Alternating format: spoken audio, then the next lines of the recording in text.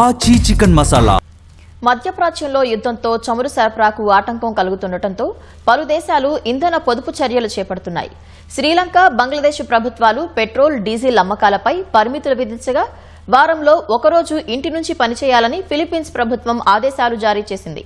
మయన్మార్లో private వాహనాలను రోజు విడిచి రోజు రహదారులపైకి అనుమతిస్తున్నారు. ఇజ్రాయెల్, అమెరికాలు చేపడుతున్న దాడులకు ప్రతీకారంగా హోర్ముజ్ జలసంధిని ఇరాన్ సేనలు దిగ్బంధించాయి. ఫలితంగా చమురు, గ్యాస్ రవాణాకు ఆటంకం కలుగుతోంది. ఇజ్రాయెల్, అమెరికా నౌకలను మాత్రమే అడ్డుకుంటున్నామని ఇరాన్ చెబుతున్నా ఇంధన సరఫరా మాత్రం పెరగడం లేదు. దీంతో చమురు దిగుమతులపై ఆధారపడ్డ దేశాలు ఇంధన పొదుపు చర్యలు చేపడుతున్నాయి. శ్రీలంక ప్రభుత్వం ప్రతి బుధవారాన్ని సెలవు దినంగా ప్రకటిస్తూ 4 రోజుల పని విధానాన్ని తీసుకొచ్చింది. రేపటి నుంచి పాఠశాలలు, విశ్వవిద్యాలయాలు సహా పలు సంస్థలు నూతన నిబంధనల ప్రకారం నడుస్తాయి అధికారులు తెలిపారు. అత్యవసర సేవలందించే శాఖలకు మాత్రం మినహాయింపు ఉంటుందని వెల్లడించారు. ఈ విషయంలో ప్రైవేటు సంస్థలతో కూడా చర్చలు జరుపుతున్నామని వివరించారు. పెట్రోల్, డీజిల్ అమ్మకాల్లో కూడా శ్రీలంక ప్రభుత్వం పరిమితులు విధించింది. రేషన్ తరహాలో ఒక్కో ద్విచక్ర వాహనదారుడికి వారానికి 15 లీటర్ల పెట్రోల్ను మాత్రమే అందిస్తోంది. ప్రజా రవాణా ఆపరేటర్లకు వారానికి 200 లీటర్ల డీజిల్ అందిస్తోంది. బహిరంగ కార్యక్రమాలపైన నిషేధం విధించింది.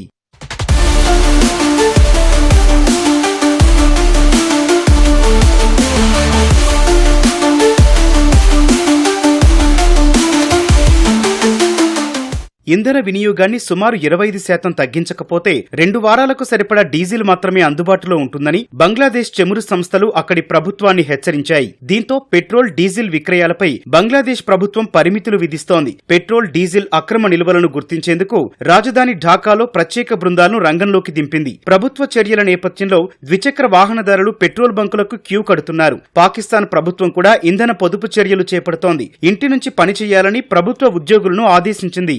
విశ్వవిద్యాలయాలు సైతం ఆన్లైన్ తరగతులు నిర్వహిస్తున్నాయి. మయన్మార్లో ప్రైవేటు వాహనాలను రోజు విడిచి రోజు రహదారులపైకి అనుమతిస్తున్నారు. వారంలో ఒకరోజు ఇంటి నుంచి పనిచేయాలని ఫిలిప్పీన్స్లోని కొన్ని ప్రభుత్వ శాఖలు తమ సిబ్బందికి సూచించాయి. వ్యక్తిగత వాహనాలకు బదులు ప్రజా రవాణాను వినియోగించాలని వియత్నాం ప్రభుత్వం ప్రజలకు సూచించింది. సాధ్యమైనంత వరకు ప్రజలు ఇంటి వద్దే ఉండాలని తెలిపింది. గతేడాది హోర్ముజ్ జలసంధి గుండా రవాణా అయిన చమురు, గ్యాస్లో దాదాపు 90% ఆసియా దేశాలకే వెళ్లిందని ఓ నివేదిక పేర్కొంది.